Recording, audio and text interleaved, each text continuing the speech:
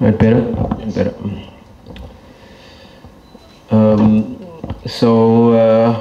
Our approach in this game to turn over the result and qualify.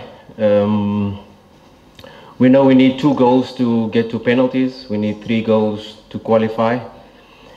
Very important is in this match is to keep a clean sheet, because if they do score 1, we need to score 4. We know their coach, in terms of their approach in the home match, 6 shots against us, 2 on target. The 2 shots on target they scored.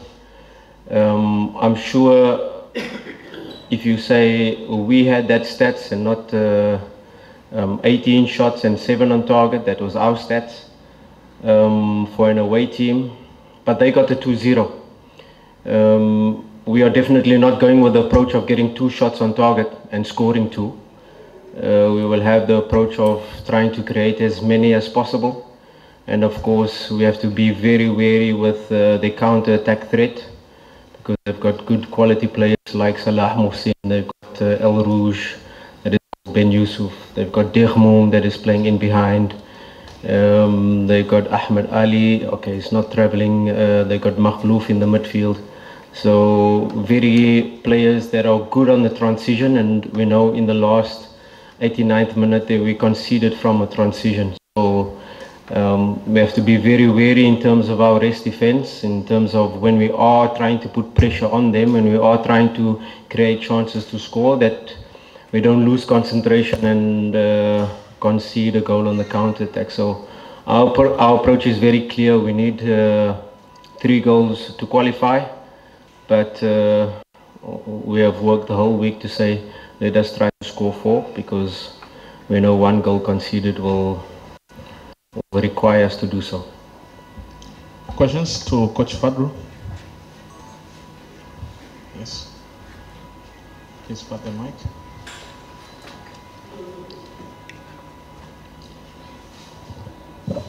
Thank you so much, Coach. I'm Nazare Tupete from TBC. My question is, the same mistakes in the several games, I could refer the game of the counter-attack of last minutes, I could say in Ismailia. Is it the same, the way you concede the goal against Azam FC, against in Africans in Community Shield? I see the same mistake, that when the team is going to attack, the counter-attack is near to be the mistake for your team. What is a key role that you are going to play against the team that you do expect with the same wingers as Mido, as you named Ahmed Ali, as you named Mahnem, in a counter-attacks are so good? What do you think is going to be so special about that? Thank you. Yeah, I think the Azam game is slightly different, because Azam game we scored the 2-1, and now we were holding on to keep the result. So it wasn't really a counter attack. It was more Faye Toto with his brilliance, finding a runner, Zidane in behind, outside to inside movement that caught us, and not really a counter attack. I think we've been very good in terms of stopping counter attacks, because in the league we face low blocks every week. In the league, most of the game plans we face is trying to hit us on the counter attack, and in the league a lot of teams are sometimes looking at us and saying, hey, our centre backs are not on the halfway line, they're even further up into the opponent's half, and that is very key in terms of how we attack. And how we attack is very important as to how we're going to defend. So everything is interrelated, that if we attack with, let's say for instance, both fullbacks high up, both midfielders pushing on, and now they are leaving 3-4 players in rest attack, we lose the ball or we cross the ball in and it falls to their players. Suddenly we're faced with a 4 versus 2 or 5 versus 2. So that is really important as to when we are making these passes, that we are staying close together, that not both fullbacks are up high and wide at the same time, especially if the ball is shifted to one side. So we can always keep our structures really good, and at the same time when we create these moments we can put numbers in the box. Our counter pressing has been one of our strengths, that first 5-6 seconds after losing the ball is clear, but of course This is a team that has big strikers, so they launched that first ball into Salah Mohsin, he lays it off, and then now there's a counter-attack being faced. And also, if you analyze our second goal that we conceded, it was a long ball that they kicked from their goalkeeper. We cleared the ball, and maybe one of our defenders shouldn't have gone, and then that created a situation, probably offside as well, but VAR seemed to fall in the favor of Masry on all occasions. So we didn't really get caught on the counter-attack, but it was quite surprising that we were the dominant team, forcing them to play in a low block at home. So a really good performance, a lot of analysis and take out in terms of how we can attack better, how can we stop these counter-attacks, and what approach are they going to come, because if you take I don't think it was their plan to sit in a low block, because they came to press us high. Even if you just talk about 2 of our goal kicks, where they came to press us high with 3 players, and from the goal kick we're able to create 1-against-1 with Mipango, and the other 1-against-1 on the left-hand side versus the centre-back. So I don't think it was their plan to sit in a low block, but I think in this match there's definitely a plan to be a little bit deeper and then try to catch us on the counter. Yes. Okay, my name is Mindenda from Fata TV. Coach, I would like to know, as you said that you're going to try to create as many chances as you can. As you said also, you created almost 18 chances in Egypt with 8 shot on target, I remember. And today you said that you're going to create chances.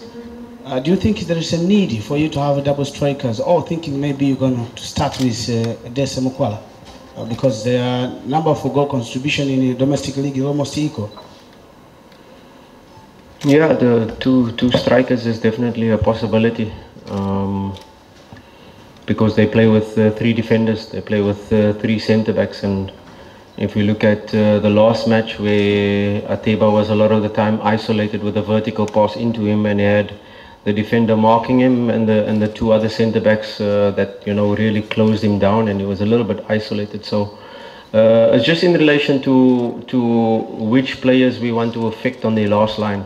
If you want to play 2 strikers, maybe they then have a sweeper in behind. If you want to play another 2 players closer to the centre-backs, or you then forcing one of the centre-backs to jump, and then you create the space behind. So 2 strikers is definitely an option, because we saw it in the last match where Ateba was a little bit isolated, and maybe to start with 2 strikers, there is a possibility. To start with Mokwala and Ateba is a possibility. Mashaka is there as well. So I'm not going to tell you now what I'm going to do, but all of these questions, of course, we've been working on.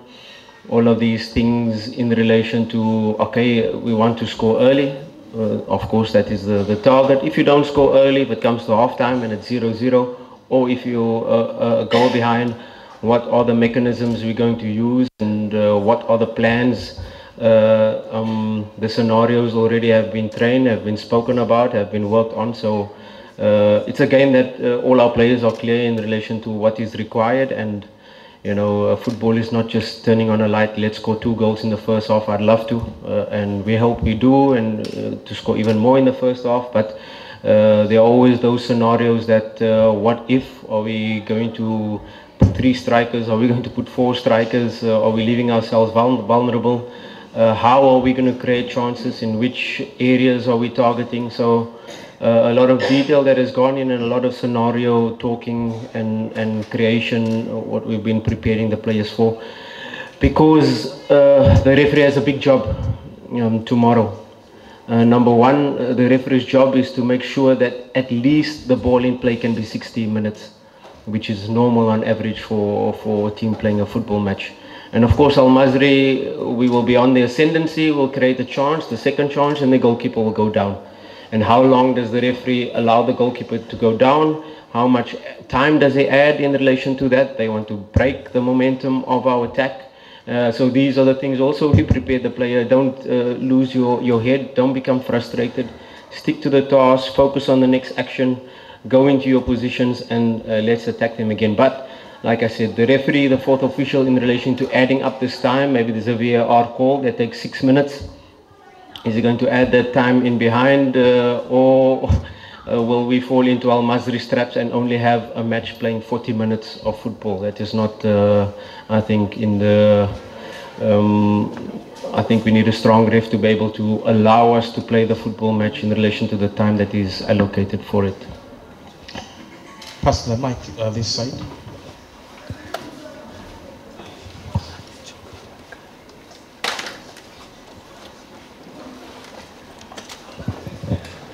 Well, my name is Peter from PMTV. Coach, by referring to the previous game, maybe people who were watching the game expected some early changes in terms of substitutions as far as the game was concerned. But we didn't see that happen. As we approach tomorrow's game, how well have you prepared to be flexible to the early changes if things goes out of hand at the first sight? I think I just addressed that in the last point, where these scenarios are going to be important. You know, have we scored already? Are we leading 1-0? Maybe we need to score another one to get to penalties. We need to score 2 more. Are we then in the second half going with 2 or 3 strikers, or pulling 1 striker off, putting an extra midfielder on? Or in relation to what is going to be needed in the time, what scenario or what actions are happening within the game? What are they doing? What have they planned? Are they playing a 4 defense line with both wingers falling back, making a 6 defense line? And that will inform me and my technical team to be able to act and react accordingly. And sometimes in the last match it looked like we didn't make any changes, but there were a lot of tactical changes within the game. There were a lot of positional swaps. There were a lot of fullbacks coming inside, fullbacks being a little bit deeper within the game. So in the first 10 minutes, for instance, there was already 2 different formations being played in the first 15 minutes where we had to swap it up already. So although you don't see a substitute a lot of the time, there are a lot of structural changes within the game to give us the advantage.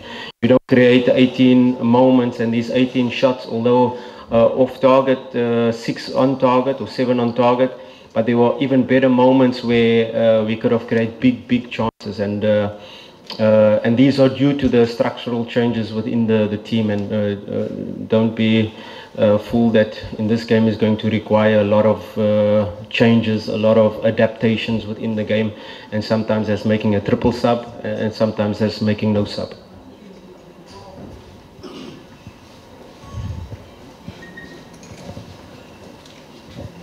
Okay.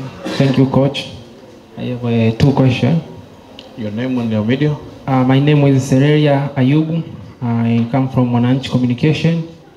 The first question is, Simba created several promising chances in the first leg at Egypt, but he struggled to convert them into goals.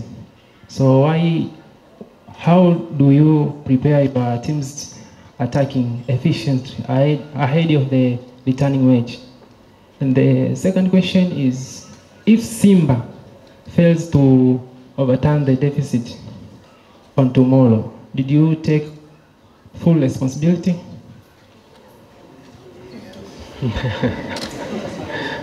The responsibility is always on my shoulders, and that's for sure. You know, the players, I allow them to do the job, and I take all the pressure on myself, and I'll continue to do that, no matter what the results. I think you don't come to a big club like Simba without knowing that responsibility. In relation to the chances created, like I said, the amount of chances we created in the last game, we need to create more.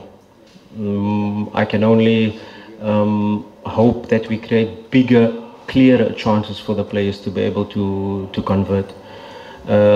If you talk about our meetings and our preparation for this week, there was one meeting where we spoke about rest defense, where we spoke about defensive actions where they can hurt us, because it's very important to keep a clean sheet.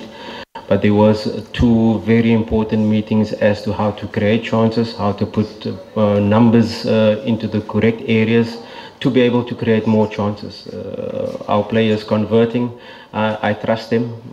I know we try to create the mentality that if you miss the first chance and you're running into the near post, don't stop running into the near post because you're afraid of missing the second chance. No, keep making the run, keep putting yourself into the position. So that is clearly, sometimes it's a positional, structural, positional to create these chances. Sometimes, and these are the finer details we had to work on and speak about and work on the training session, where to position ourselves to be able to create more chances and to get better clear-cut chances. And I trust the players that they are able to then go out, and I know our fans will be behind us from the first minute, because it's going to be a high intensity game, that's for sure.